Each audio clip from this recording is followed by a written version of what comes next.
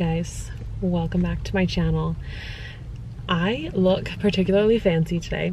I know. I actually have an interview this morning, and I'm not going to tell you where it's for because it's just something that I'd like to keep private even when I get the job. But yeah, I have an interview this morning and I can't decide if I'm nervous or excited. I mean, if my interview goes any way as well as my car interview with myself just went, I got it.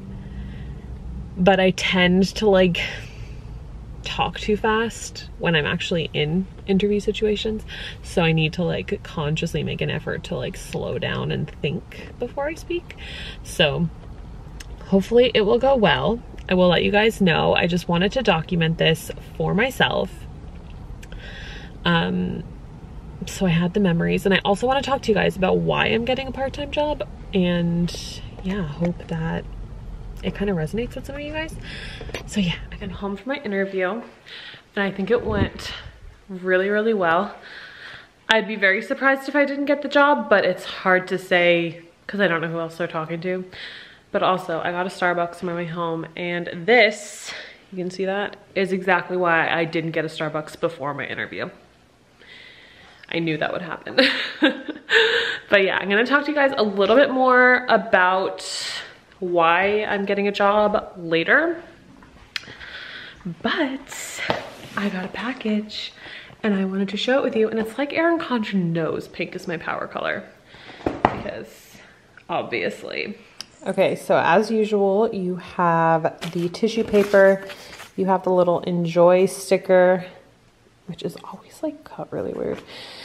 Then you have the postcard. Everything you can imagine is real. I love all of this pink. I love it. So it's actually been a really long time since I ordered from Erin Condren. Ori's into it. Okay. Ori, please don't. Ori loves tissue paper. Please don't. All right, so I got a soft bound notebook. I'll show you, I'll open these up and show you guys in a little bit, but I got a soft bound notebook, obviously in hot pink because I needed hot pink. I got the petite journal in dot grid. This is actually a lot thinner than I thought. I wanted to use it as a bullet journal. I've been using another nutrition one, but I hate that the pages are yellow, so maybe this will work. We'll see. I should have probably gotten this in dot grid. Maybe I'll get another one of these. I got some coil clips for my Erin Condren, and then I also got another notebook, and I got this picture on the front. I love this picture of Frankie and I. I just got the regular lined. I love Erin Condren notebooks, so I wanted to get that, and I got hot pink on the back.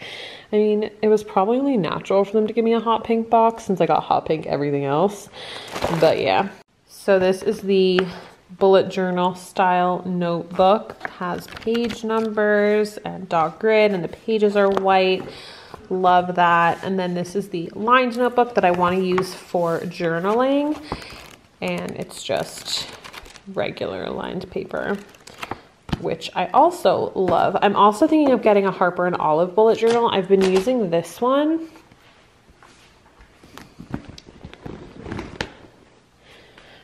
But the pages are yellow, and I have like 2 years worth of bullet journal attempts in here, and part of me is thinking that I shouldn't buy another one until like I fill this up, which I'll probably do that. I'll probably wait until I fill this up.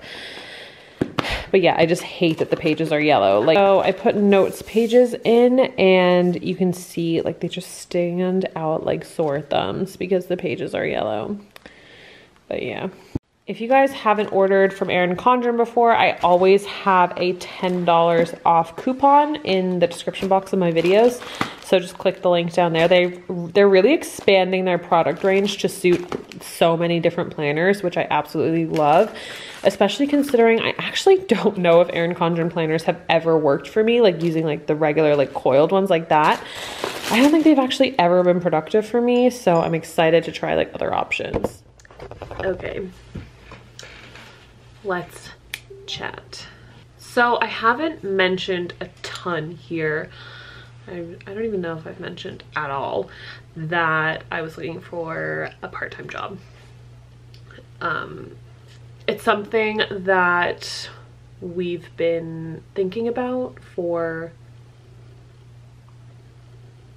the whole year so far, and it's a decision that I didn't take lightly. But you guys know, I've talked about it before, that the shop hasn't been doing as well as it used to. It's still doing well, but it's just not doing well enough. So obviously there was that, and then I just feel like there's too much pressure on my shop. Like, my mom explained it in a really good way, and she said that POPCO has like carried me through a season in my life that it needed to, but my life is so different now that it's only natural for things to need to change. And she's right. Like, I don't have as much time to stay up until like 2 or 3 in the morning like I used to working. I don't have the desire to stay up till 2 or 3 in the morning because I know Frankie's gonna be up at 6. And I value that family time a lot more than I used to. And I've just noticed that I am not being the best mom that I could be. I'm not being the best wife that I could be, and something had to change. So I started applying for part-time jobs, and it was really hard for me to do because I felt like I was failing in a sense with my business. So it was really, really hard for me to do, and it took me a really long time, and there was a lot of tears involved. Actually, I've been thinking about getting a job since before Christmas. I won't lie. Instantly, I kind of became a lot more excited about it. POPCO isn't going anywhere, but I'm really excited to take some pressure off of it and to like fall a little bit more back in love with it. And I was listening to Cindy's podcast, Llama Letters. Her podcast is called The Uncurated Life. And she has an episode about monetizing your hobbies and how that can become a trap. And I feel like a lot of us fall into that. And I feel like, and I mentioned this in my interview today, in 2019, people don't feel like they can do something just for fun. Everybody feels like they need to be doing something to be productive. And I feel like this whole entrepreneurial life has been glamorized so much that everybody wants to do it. Like, the goal for everybody is to stay home. And I'm not saying everybody, that's very general. There are a lot of people who love their 9-to-5 jobs, and I'm so excited to go back into one. I just feel like it's a goal, especially in the planner community. Like, a lot of sticker shops I see, they want to make it their full-time income, and a lot of people like hustle on YouTube because they want to make money, and they hustle on Instagram because they want to make money, and they hustle making stickers because they want to make money. And I get it. I get it because it's me. I get, like, that is me too, but I feel like it's just been glamorized so much, and I feel like there are only certain people who are talking about the negative sides of that. The side where you don't get dressed for a week. You don't see a single person besides your family for like a week because you're just inside working. The fact that if you really add it all up, you're barely making minimum wage. The fact that the stress you are putting on yourself takes its toll on your health, mentally and physically. And the fact that, like, your hobby has become your business, so you don't have a hobby. Like, I don't know how many times Gary's told me that I really need a hobby, and I know I do. I know I need a hobby, but planning used to be my hobby, and YouTube used to be my hobby, and now somehow they've all kind of joined in to my business, which is great. And I love the life that I've built for myself thanks to POPCO. And if it wasn't for POPCO, I would not be here right now. I know that for a fact. But it's just a lot. Like, I don't have anything that I like to do for fun. I'm always on my phone because it's my job and I have to be on social media. And I feel like I just never switch off.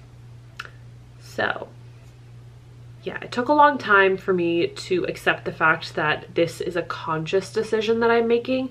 Like, I could make a conscious decision to hustle my absolute ass off and make POPCO great again. But I just know, I know what that looks like. I know what that feels like because I've been in that situation before.